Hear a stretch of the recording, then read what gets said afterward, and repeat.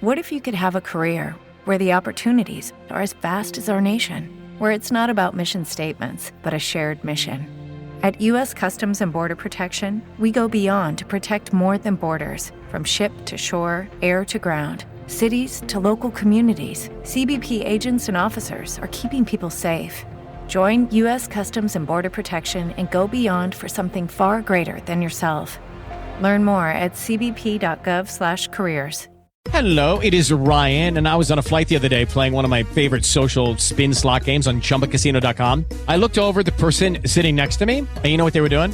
They were also playing Chumba Casino. Coincidence? I think not. Everybody's loving having fun with it. Chumba Casino is home to hundreds of casino-style games that you can play for free anytime, anywhere, even at 30,000 feet. So sign up now at ChumbaCasino.com to claim your free welcome bonus. That's ChumbaCasino.com and live the Chumba life. No purchase necessary. VGW. Void where prohibited by law. See terms and conditions. 18+. From Hollywood, it's time now for Johnny Dollar. Tom Wilkins of Amalgamated Life, Johnny. Oh, hi, Tom. What's up? Well, at the moment, $50,000 worth of life insurance. Oh? Yeah, we got a policy for that amount on the life of one Edward Russell. Russell. Never heard of him. That's just the trouble, Johnny. Right now, nobody else has either. 3 days ago, his wife, Leona, over in Denver, filed a missing persons report. She the beneficiary? Right. So what do you want from me? Find out what happened to him. Well, how do you know anything did? Maybe he just walked out on his wife. Now, from what I can gather, Russell was a hothead. Could be he had one argument too many. It still could be just a guy getting away for a while. Huh? And why would he abandon his car in his storage garage in Colorado Springs? Oh. Yeah. It turned up this morning with part of his luggage in it. Interested? I'm on my way.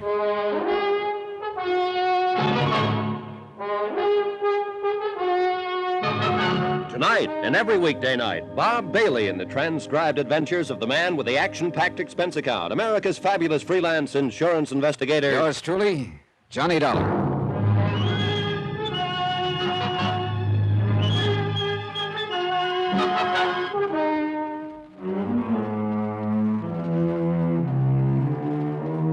Expense account submitted by Special Investigator Johnny Dollar to Amalgamated Life Associates, Home Office, Hartford, Connecticut.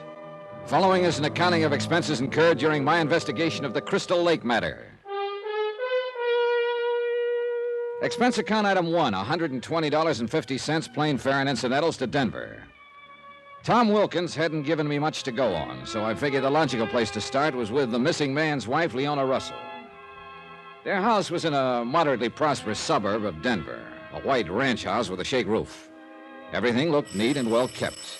But somehow a forlorn feeling came through to me about the place. Then the door opened.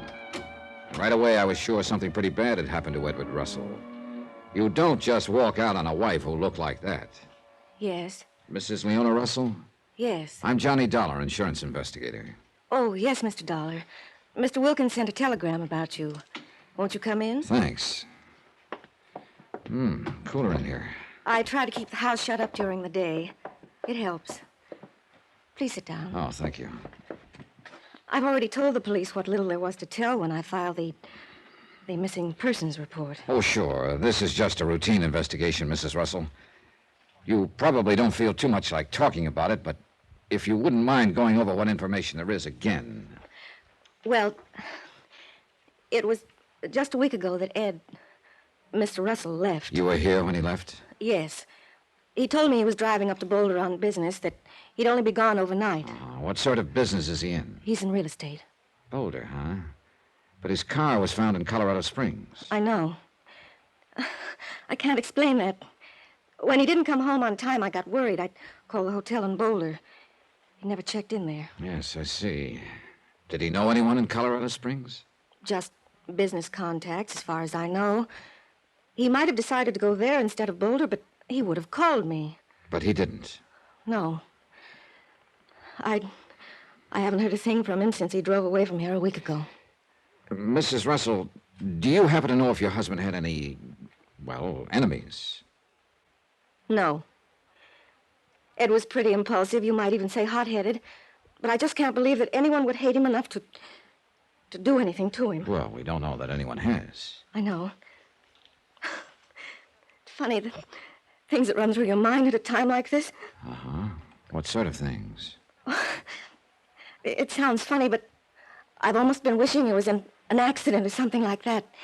In a hospital where he might not have a chance to call me, but at least was safe and alive. You've checked the hospitals? All of them. I did that before I filed the missing persons report. Tell me, had your husband been unusually depressed before he left? If you're suggesting that Ed did away with himself, that's just not possible, Mr. Dollar. That's one thing he'd never do. He just wasn't built that way. Mm-hmm. Everything was fine between you two. Yes. Of course, we had disagreements, arguments in the 6 years we've been married. Who hasn't? But nothing serious. I guess I'm not being very helpful to you, Mr. Dollar. Well, I'm sure that's not your fault. You've no idea at all where he could be, then, or what could have happened? No. None at all. Except... Except what? Well, I don't know if it means anything or not, but I found this under some of Bill's papers on his desk just this morning. Travel folder. Crystal Lake. Where's that? It's a resort up in the mountains. As I say, I don't know whether it means anything or not. Has he ever been there before? Oh, not that I know of. Or mentioned it to you? No, I don't. I'm sure he hasn't. Well, I'll check it out. Thanks, Mrs. Russell. Oh, just one more thing. Yes? You're the beneficiary of his life insurance policy? Yes. I know what you're thinking, Mr. Dollar. I'm not thinking anything. I'm just asking questions. It's my job. I know. But let me ask you a question, Mr. Dollar. Do you think $50,000 or any amount of money could possibly make up for Ed?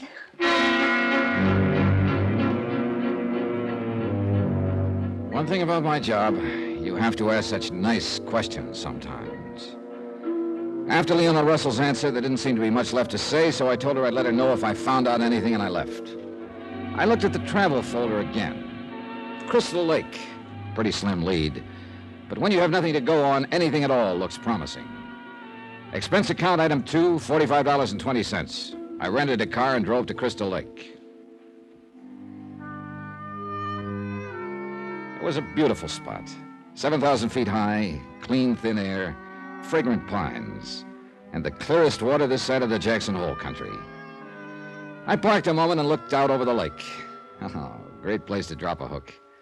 But I had a strong hunch that the fishing I'd be doing was of a little different variety. One thing was obvious. There was a lot of money up here. Most of the cabins would be in cellar-to-be-cold cabins and had their own boat landings. The village was nestled at one end of the lake, a colorful collection of Swiss chalets. I headed for the office of the local law, a deputy sheriff named Ansel Garrett.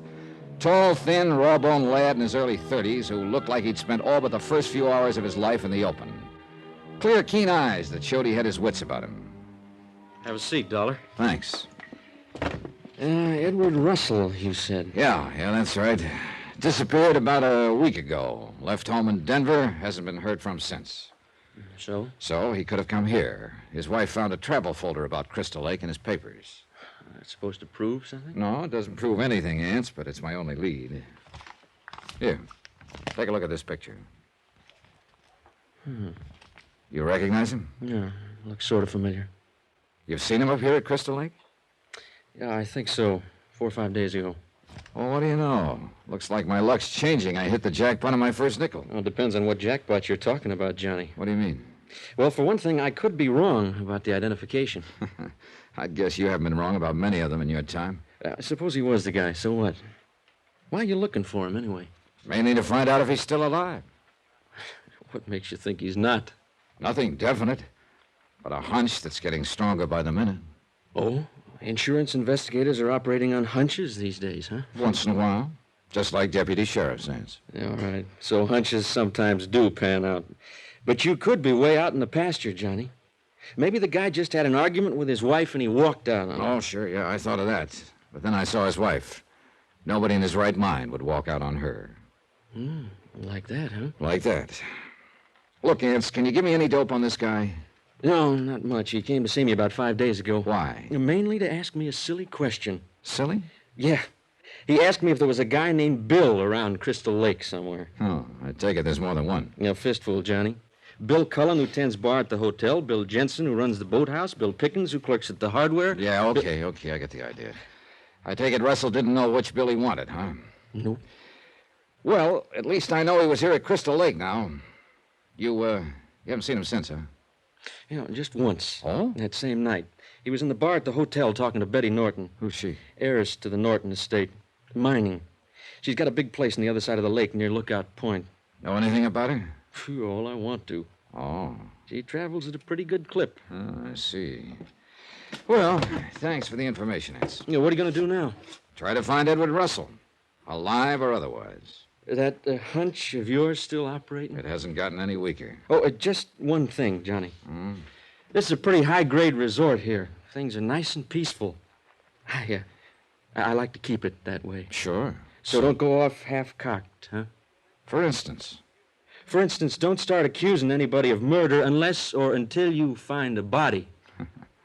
And if I do find a body? Oh, then looks like we'll have to start doing a little accusing.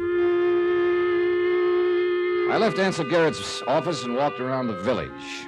All I knew so far was that Edward Russell, or somebody who looked like him, had been in Crystal Lake several days ago, inquiring about a man named Bill, and that he'd been at the bar with a dough-heavy girl named Betty Norton. There were a flock of Bills in town, but there was only one, Betty Norton, so I decided to start with her. I drove around the lake to her home, an elaborate lodge-type place that sprawled along the shore. Betty was down on her boat dock in a bathing suit, and she was a pretty elaborate-looking job herself. I was just going for a swim. Come on, join me. Oh, I'm sorry, Miss Norton. I'm not equipped at the moment. Oh, there's some trunks in the dressing room. Yeah, well, look, I'd like to talk to you about something, But I don't feel like talking right now. I feel like swimming. But this is important. It's about... So is swimming. If you want to talk to me, you've got to go swimming first. Okay, we'll play it your way. That's the only way I ever play it, Mr. Dollar. So we went swimming, and I swam hard, but mainly to keep from freezing to death. The water should have been accused by the feel of it, but Betty seemed to think it was normal. After a while, we climbed back onto the landing. Wonderful, huh? Here's a towel. Oh, it's great, sure. Only about 20 degrees too cold. Woo. Makes the sun feel better. Hot and cold, Johnny. Contrast. That's what puts the charge in life. Is it? I wouldn't know. Hey, look, do you mind now if I ask you a couple of questions? Go ahead. You know a man named Edward Russell? I don't think so. I think you do. You had a drink with him at the hotel several nights ago. So this I do once in a while. Am I supposed to remember all of them? This one might have mentioned he was looking for a guy named Bill. Oh, I remember now. He thought the bartender might be the one he was looking for, Bill Cullen. So what happened? How should I know? I left. You haven't seen Russell since? Nope. Haven't missed him either. Oh, great. And for this kind of information, I practically freeze to death in the ice trough you laughingly call a lake. Maybe your trip wasn't a waste of time after all, Johnny. No. We met. Well, What do you do with your spare time? Well, A, I don't expect to have much, and B, isn't that sort of a leading question? I'm pretty good at leading. You must have trouble finding guys to dance with, huh? Why don't you try it sometime? Huh? I left on that, feeling like a fly who spotted the web at the last moment. And right now I was feeling just about as useless as a fly, too. I wasn't getting even close to locating Edward Russell. I went back to my room and the phone was ringing. Johnny Dollar. It's Garrett, Johnny, Sheriff's Office. Oh, hi. Well, you can quit looking for Russell. We found him. Well, that's good news. Is it? He's dead.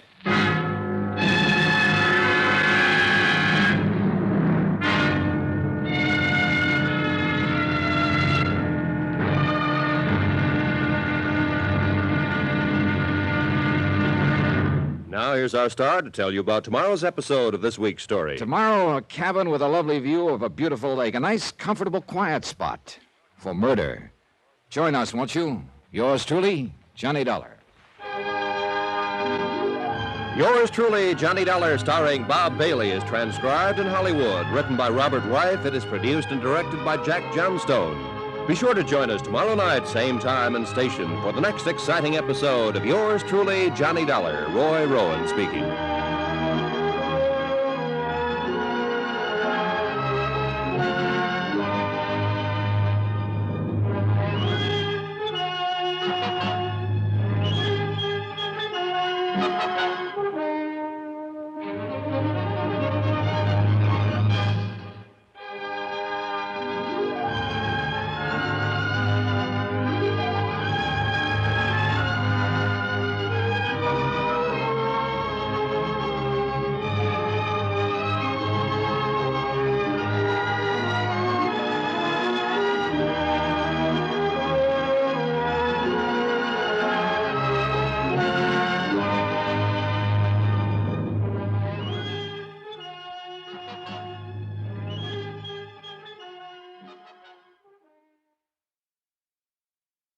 Hey guys, it is Ryan. I'm not sure if you know this about me, but I'm a bit of a fun fanatic when I can. I like to work, but I like fun too. It's a thing. And now the truth is out there. I can tell you about my favorite place to have fun. Chumba Casino. They have hundreds of social casino style games to choose from with new games released each week. You can play for free anytime, anywhere. And each day brings a new chance to collect daily bonuses. So join me in the fun. Sign up now at ChumbaCasino.com. No purchase necessary. VGW Group. Void where prohibited by law. See terms and conditions. 18+.